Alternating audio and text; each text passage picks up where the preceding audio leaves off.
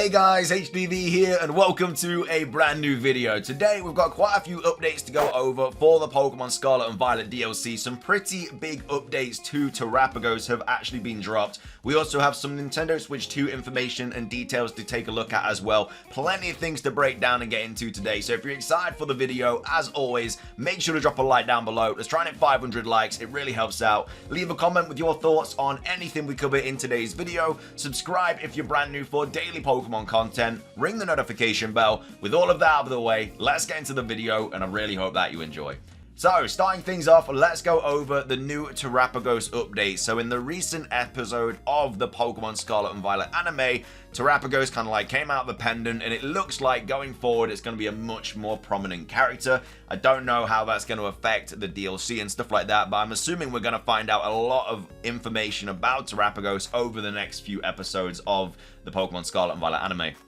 We also saw an image of the third Scarlet and Violet book as well, seemingly the one that Briar has in the Teal Mask DLC. We've seen the Scarlet book, we've seen the Violet book, but we know there's a third one which has a lot more information about Terapagos and the terrestrialized form, and that is the book that's going to be out, I believe, in the next episode, because this is just taken from like the kind of trailer for the next few episodes. So, like I said, we're going to get a lot more information about Terapagos, and again, this looks like it is the book that Briar has as well at the start of the Teal Mask DLC. So we have Light here tweeting out saying, Terapagos terrestrial form's first appearance. Also, the name of normal Terapagos in the anime was called Kodekami, which means ancient turtle. Now, this is pretty big because that is the name that was data mined in the Scarlet and Violet Indigo Disk DLC kind of big data mine thing we got after the Teal Mask. So, we have a little bit more information about this here from Pokisutami saying Kodekami. I think I'm saying that right anyway. I might be saying it wrong.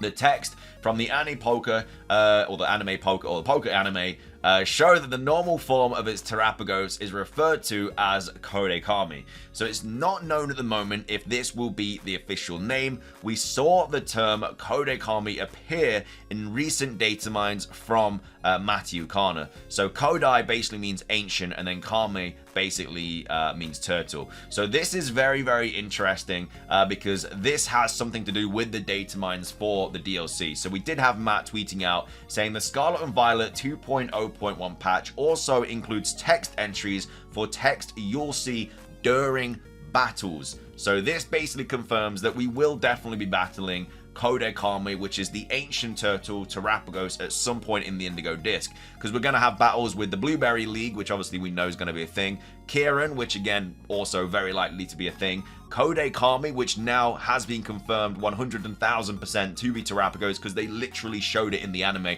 by mistake, by the way. We'll come back to this in a second, but they actually did it by a mistake. So PokeExperto here tweeting out saying the subtitles for today's Pokemon Horizons anime episode, which is obviously from last Friday, have used the Terapagos development name that was already found in the DLC data, Kodekami. The anime's official account actually went out and apologized for it, so they used the code name of Terapagos, which as we obviously know is Kodekami. So we already know there are going to be now battles for Terapagos in some way, shape, or form. Whether we have to battle the terrestrial form, because I doubt we battle like this form here, because like I don't think this is going to be like the strongest Pokemon out there.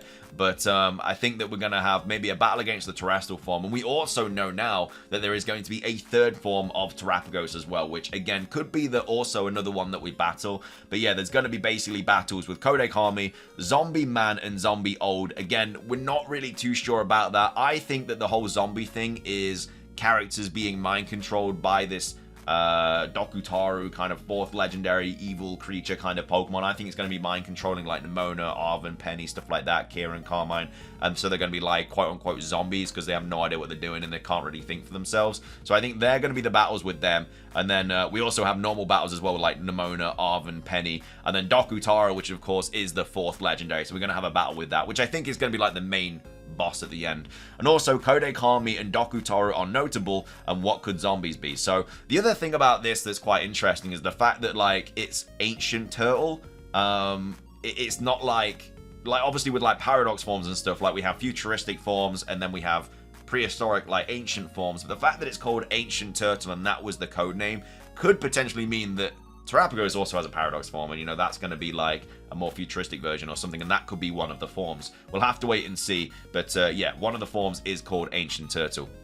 We have Soul Silver also talking about this as well in a little bit more detail, as well as a few other things that Riddler Coup posted. So obviously Riddler Coup posted this image in kind of like in reply to the whole data mine thing that we just read out. But anyway, we'll talk about this now. We've got Soul Silver saying the two Japanese names are probably Terapagos, Ancient Turtle, which again has now been confirmed, which specifically so that it's ancient and not future or present is very sus. Now again, I think the fact that Terapagos has 3 forms and one of them is going to be an Ancient Turtle, I think the other one potentially could be a futuristic version, and maybe Terapagos just has these like different forms or something like that, like as a paradox forms or whatever. I'm not sure. That's just another thing that we could see, because we know that Terapagos is going to have another form as well.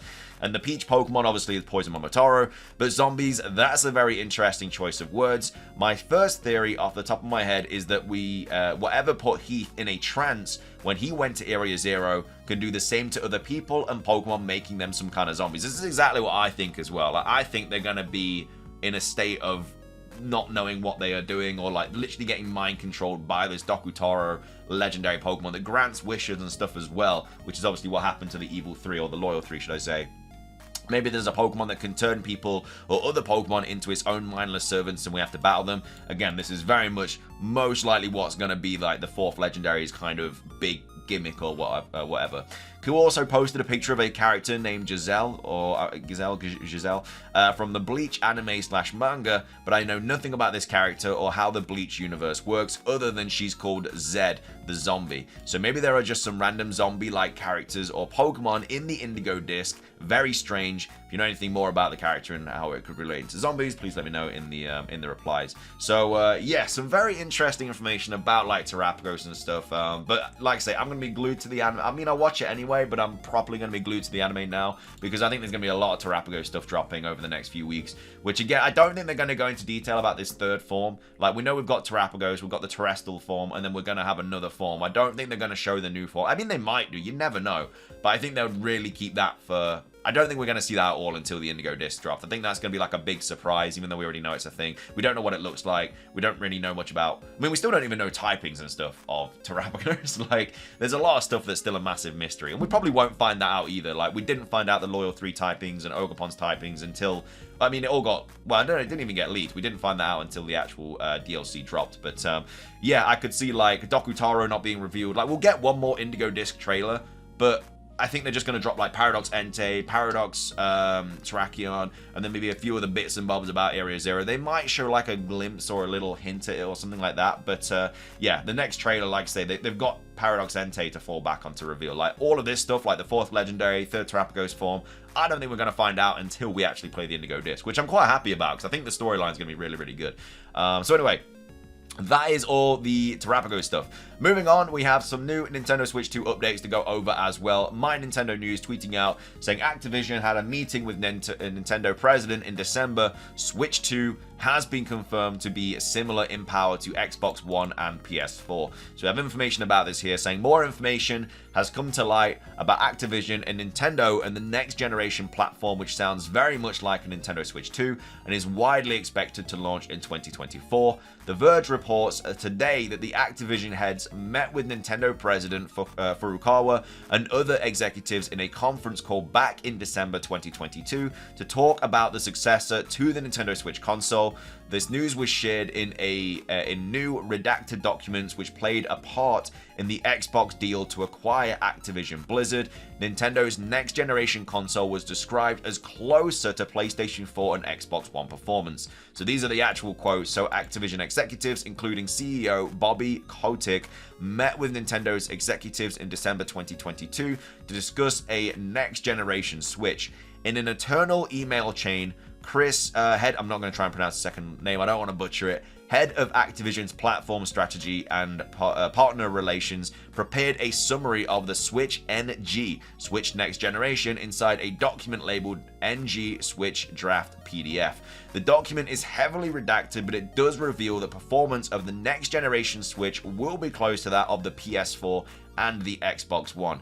Given the closer alignment to Gen 8 platforms in terms of performance and our previous offerings on PS4, Xbox One, it is very reasonable to assume we could make something compelling for the next generation Switch as well. It would be helpful to secure early access to development hardware prototypes and prove that out nice and early. So that's just kind of like confirmation that like we thought it was going to be anyway, but now we've got confirmation about that. We also have a little bit more information about the next Switch as well. This was posted by Nintendo Rumors, saying if it wasn't already assumed, we now know with certainty that Nintendo's next system is going to be positioned as a next generation Switch. It's not going to be like an OLED or anything like that. It is going to be like the PS4 to PS5. This is a next generation console. Thanks to internal emails in the FTC Microsoft case, the system has obviously closer alignment with Gen 8 Gen 8 PS4 and Xbox One systems. So don't let that like get you down, because it's still most likely going to be portable, and having a system that's as powerful as a PS4 and Xbox One in handheld